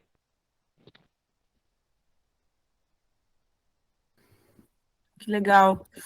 Pessoal, mais alguma questão? Bruno, Luísa, querem comentar alguma coisa? Acho legal dar esse contexto, assim, porque a gente não conhece muito a realidade da região, nem da atividade, então é legal esse contexto para a gente ter essa noção um pouco, né, de como que é desafiador esse... Porque, eu não sei se o Bruno comentou, mas hoje está um governo bolsonarista, é isso? Foram 20 anos de governo de esquerda e hoje está dominado pelo bolsonarismo, é isso, Bruno? Isso, hoje quem é o governador é o Gladson Cameli, até 30 de novembro, não, aliás, de outubro, ele era bolsonarista, agora ele é Lula, né? Ele é muito... Mas uma coisa que eu ia comentar é que as conexões, de alguma forma, o Conecta Resex, ele comunica também o que a Veja faz, né? O que a Veste e a Veja fazem dentro da reserva, né? Então, o Conecta ele vem para fazer mostrar, né? Que a Veja, né, a Veste, ela paga por serviços, né? Se você, como o Rian já comentou, se você preserva, você ganha um bônus também. né? Então, de alguma forma, o Conecta vem comunicando o que a Veja vem fazendo dentro da reserva. A VET patrocina alguma coisa do comitê ou de vocês? Tem algum incentivo para ações socioambientais ou só com a borracha? Não, a VEST, ela sempre foi um parceiro, né, da Semana Chico Mendes, né, que acontece de 15 a 22 de dezembro, né. Então, ela sempre vem nos apoiando nessas atividades que ela acha que é importante não só para a reserva Chico Mendes, né, para o Acre, para o mundo, né. E aí, inclusive, já convido todos, né, esse ano nós estamos fazendo 35 anos do assassinato de Chico Mendes, e a 34ª Semana Chico Mendes, que acontece de 15 a 22 de dezembro. Legal, que importante, né? A gente aqui é um grupo de ativistas urbanos, assim, né? Eu acho que um dos grandes desafios dessa questão da urbanização do país, né? Cada vez mais cidades, mais aglomerados, mais metrópoles, é justamente como que a gente mantém as pessoas nas suas cidades, nas suas regiões até rurais, na floresta, né? Evitar essa mobilidade, sei lá, de todo mundo querer morar numa cidade, ter o mesmo estilo de vida, né? Esse é um desafio da nossa geração, assim, né? Um desafio compartilhado. E a gente queria se colocar à disposição também. Aqui tem ativistas urbanos de várias cidades, assim, todas as capitais sul e sudeste, e agora representantes de Rio Branco, que é o Tássio, que está aqui, o Valden, que não está, porque eu acho que ele deve estar trabalhando, mas também de São Luís, com as meninas, a Marcela e a Ana, representando o Maranhão, que também estão aqui. Querem dar um alô, Mar? Oi! Gente, estão me ouvindo bem? Porque essa sala às vezes fica dando ruim. Foi muito massa, assim, ouvir Valesca e a Bruno também. Porque essa questão da juventude é algo que eu tenho refletido bastante. Até hoje, Aline e Ricardo, vocês estavam pela manhã assistindo a palestra no GEDMA, né?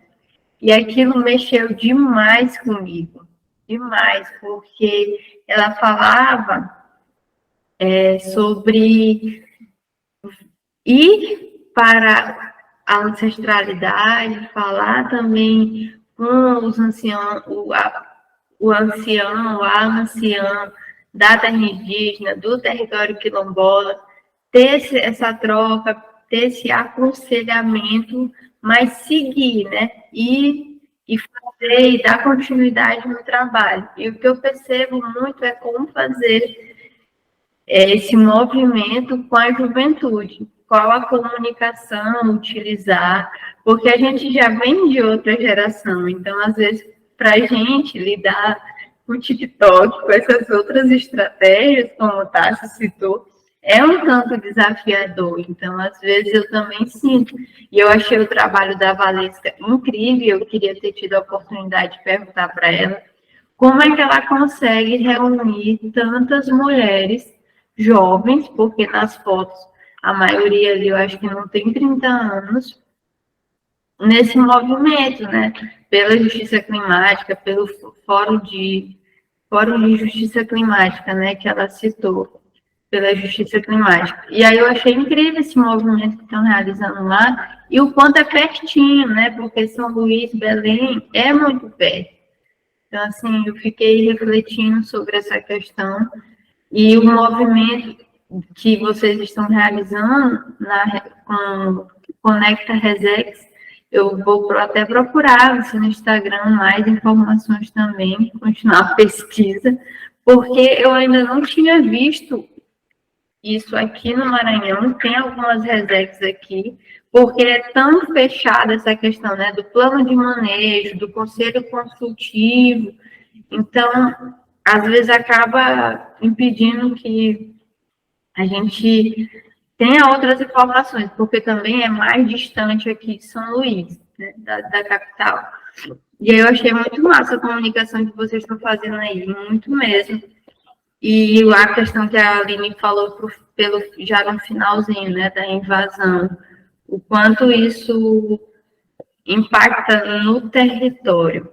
Agora, por fim, até a Jana também quer falar algo, a questão de como chamar a juventude. Esse colar aqui que eu estou usando, né, não sei se vocês conseguem ver, eles são dos indígenas Guajajaras. E é um grupo jovem, muito jovem. E eu fiquei, assim, encantada com eles. Eu estou usando colar todo dia. Porque eles, através do artesanato, né, eles estão fazendo uma comunicação belíssima no Instagram deles. Eu vou botar aqui para vocês. E divulgando as peças. E aí eles foram me contar como é que eles pegam algumas peças, uma miçanga natural, que na verdade não é miçanga, eu esqueci o nome. Ali tirando próximo do rio e fazendo é tipo um balaio que usa e limpando elas. E aí quando eu ouvi aqui o Rian, né, conheci, eu falei, nossa, são ideias que vão surgindo, né? Enfim, toda vez eu saio dessas aulas assim muito mas eu tive algumas coisas que se juntaram, se conectaram. Valeu, gente. Já quer falar também. Oi, gente. Então, eu sou a Ana, né, também daqui de São Luís, e a gente está muito aqui pela Pedal das Minas, a gente está muito mais no contexto urbano, mas a gente acompanha, né, as agendas, né, por afinidade, né, com o direito à cidade, de outros grupos, né, e aí, aqui em São Luís, né, na Ilha de São Luís, tem já há 10 anos uma luta para se formar uma Resex, né, da Tauamirim, e que a gente, assim, olhando, né, de longe, de fora, acompanhando aqui, tem muitas pessoas, que a juventude ela acabou saindo mesmo, né, desse movimento, ficam normalmente as pessoas idosas, né, e aí acabou que aqui, né, nessa situação, quem dá esse suporte, né, de comunicação, de disseminação do assunto acaba sendo a academia, né, e que é inclusive o GEDMA, né, que fez esse curso de racismo ambiental, que foi hoje de manhã, né, eles que fazem esse suporte à comunidade, que estão lá desenvolvendo pesquisa, né, produzindo conteúdo, produzindo conhecimento, e aí alguns movimentos, né, em algumas situações, né, de conflito, de tomada de decisão, acabam somando, né, para fortalecer mesmo, né, essa rede. E aí, acho que estou comentando isso, né, para compartilhar um pouco de como é que é aqui no Maranhão, né, e aí eu sei também que alguns quilombos, né, também no interior do estado, eles já têm oficinas, né, e formações de comunicação, inclusive tem uma TV que chama Quilombo Rampa, não sei se vocês já ouviram falar, né, que eles produzem, né, material audiovisual sobre esses encontros, né, sobre as agendas, e aí acho que a fala da Valesca, né, e tanto o projeto, né, do Conecta Resex, eles, né, fortalecem esse aspecto da comunicação, né, em relação ao ativismo, e que acaba sendo a ferramenta mais acessível, né, que a gente tem, com a democratização, né, do acesso à internet e tudo mais, para que a gente consiga, né, fazer as nossas ações. Então, acaba que, por mais que o advocacy, assim, né, vocês podem comentar, né, por mais que o advocacy, né, ir lá nos gabinetes, preparar documento, né, preparar parecer, preparar demanda, acaba que, apesar de tudo isso ser muito importante, se você não tem uma boa campanha, né, uma boa comunicação, um bom uso das ferramentas, né, um jeito de fazer esse material se espalhar, acaba que você não ganha, né, tanta voz, né, e tanta vez quanto você precisa, né, para ou barrar ou fazer alguma demanda ser encaminhada, né? Então é um desafio assim muito grande que a gente sente, né, na nossa articulação, que a gente vê, né, aqui no Maranhão, né? E olha que a gente teve até, né, Flávio Dino, a gente tinha um governo minimamente alinhado, né, com as pautas de impacto social, né, de demandas sociais, socioambientais. E, enfim, né, aqui no Maranhão a gente tem muitos esses desafios também, e aí só para comentar até uma coisa que a Marcela falou, né, de buscar ancestralidade, né, de buscar a história. Quando a gente está no contexto urbano, a gente perde, né, a gente não tem assim, fica meio sem direção, né, de quem que a gente procura, quem que é a nossa ancestralidade, né, foi todo um projeto para a gente perder isso no contexto urbano, e aí, não, sim, né, quem que a gente busca? Então, eu me vejo muito procurando essas referências em outros movimentos, né, para que a gente consiga aprender e fazer as coisas de uma forma diferente.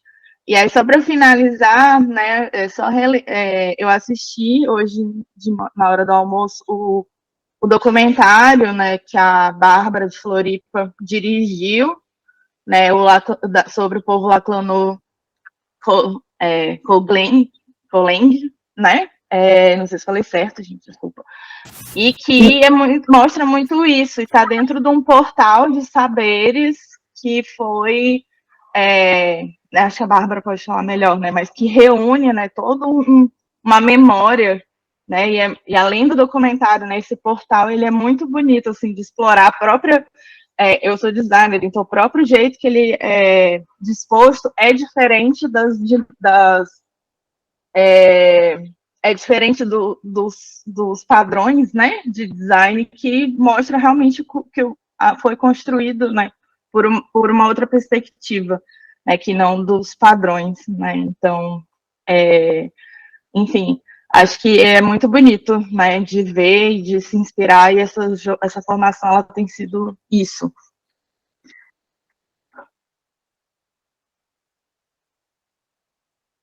E só complementando assim um pouquinho o que a Jana colocou, né, também sobre essa questão da ancestralidade, eu tenho visto muitos movimentos, né, dentro das cidades, trazendo a questão do xamanismo, né, o xamanismo urbano, fazendo uso aí das plantas de poder, da medicina do rapé, do cambô, e às vezes, e quando é na hora aí de vamos defender a terra indígena, vamos defender os direitos da natureza, a Pachamama, esses grupos às vezes se tornam silentes, né?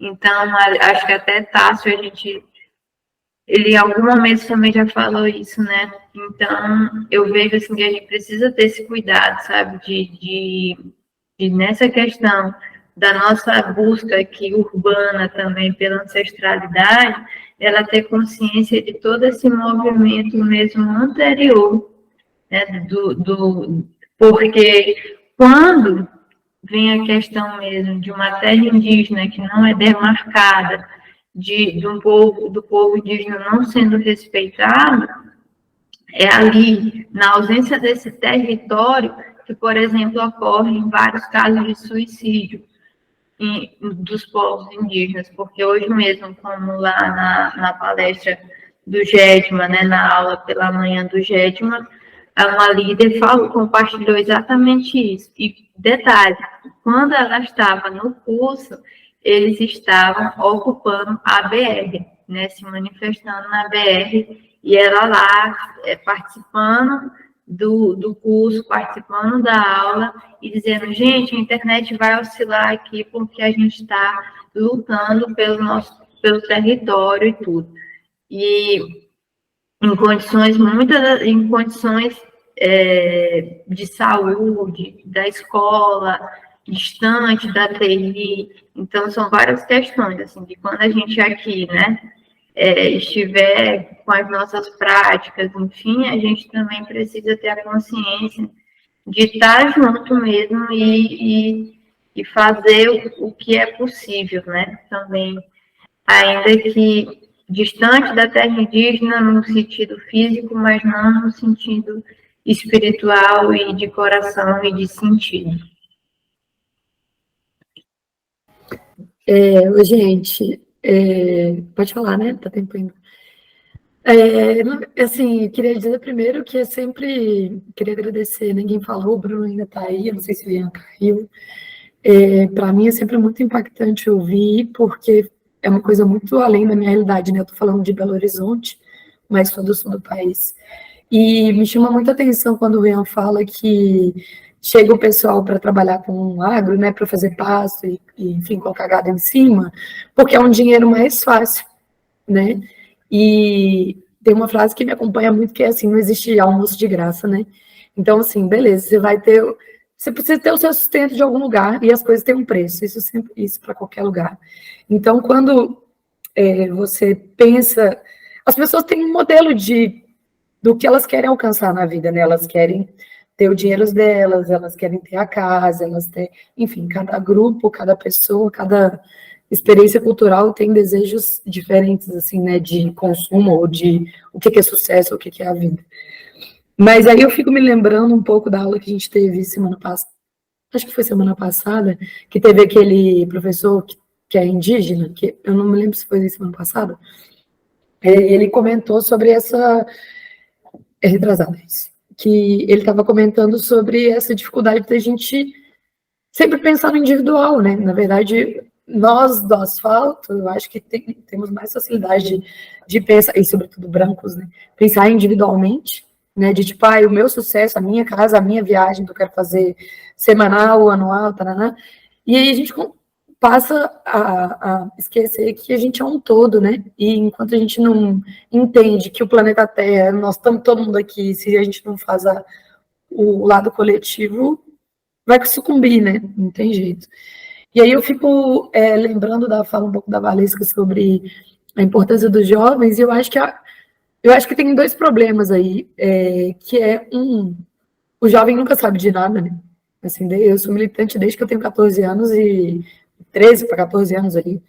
E o jovem nunca sabe de nada, o jovem sempre está errado, o jovem só quer saber das de TikTok, e a gente mata uma potencialidade de saberes ali, né, sobretudo de curiosidade, porque eu acho que o jovem que não está sendo perdido pelas grandes, né, pelas redes sociais, pela internet e tal, ele é curioso naturalmente, ele tem imaginação, ele pensa, por mais que seja meio fora da realidade no mundo real, ele tem essa vontade de buscar e tal. Então eu fico pensando, é um desejo meu aqui, a Maria sabe, desde o ano passado eu falei assim, Maria, eu quero chegar com uma zona aqui na escola, porque eu sinto que a gente está falando para adultos, assim, o tempo todo, na grande parte do nosso circuito aqui, a gente falava para adultos.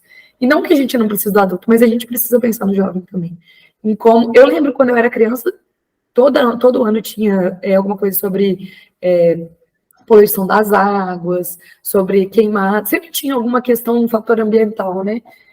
E aí, assim, enfim, falei várias coisas, mas aproveitar que o Bruno tá aí, que ele quer falar, eu acho que o que eu gostaria de perguntar aqui não é, assim, não vejo como uma isenção, mas eu queria saber como a gente aqui do Sul e Sudeste pode ajudar de uma maneira mais direta na causa de vocês aí, sabe? Porque a realidade de um seringueiro, da pessoa que colhe castanha, é muito distante da minha. Assim, eu não faço, né, sei um pouco agora vocês contando, mas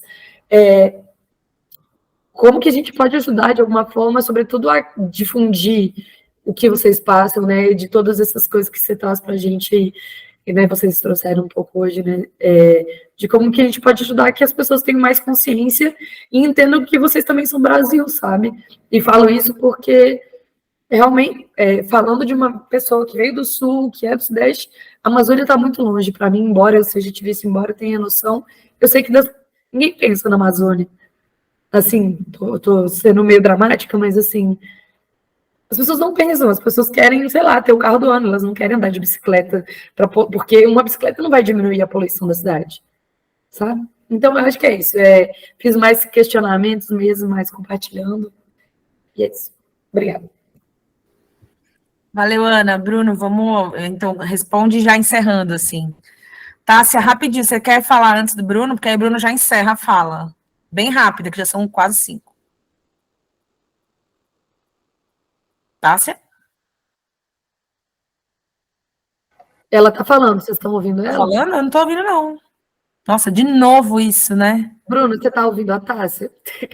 Não, não tô ouvindo, não. Eu também não. Tá, ela vai falar e eu vou passar para vocês. Eu tô ouvindo. Que loucura.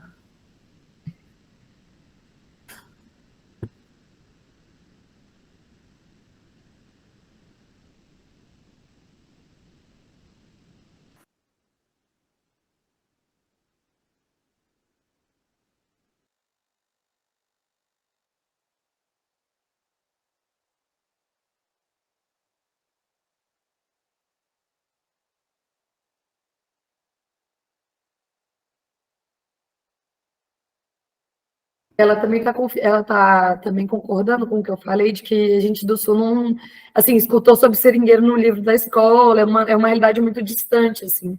Então, a gente fica um pouco boca aberta quando a gente escuta os relatos e fica meio sem saber também como fazer. Então, acho que é isso, né, Tássia? Desculpa se eu não resumi bem. Nossa, que eu não estava escutando, que coisa, né? Mas, gente, só uma comparação, vocês acreditam que aqui no Acre a gente não estuda sobre Chico Mendes no ensino médio? A gente não estuda sobre Chico Mendes.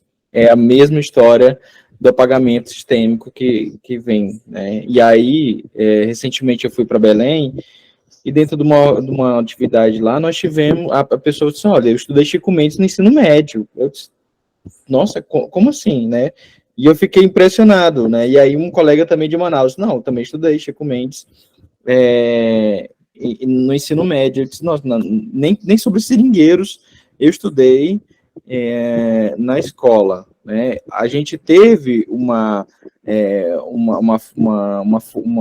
disciplina que estará sobre a história, a Revolução Acreana, né? Mas muito pouco pincelado sobre seringueiros ou sobre Chico Mendes, né? E aí, essa é uma pergunta, assim, bem, que a gente precisa até pensar de como é que as pessoas também podem nos ajudar, né? Eu acho que cada vez mais dentro das nossas redes e postando e reverberando também o que o comitê vem fazendo, não só o comitê, mas também como outras organizações da Amazônia, né? Porque quando a gente vai colocando nos nossos stories, né, nos nossos feeds, dentro dos nossos grupos do WhatsApp, nós estamos mostrando que aquilo que a gente está passando é importante, né? Que aquilo que todos precisam conhecer, né?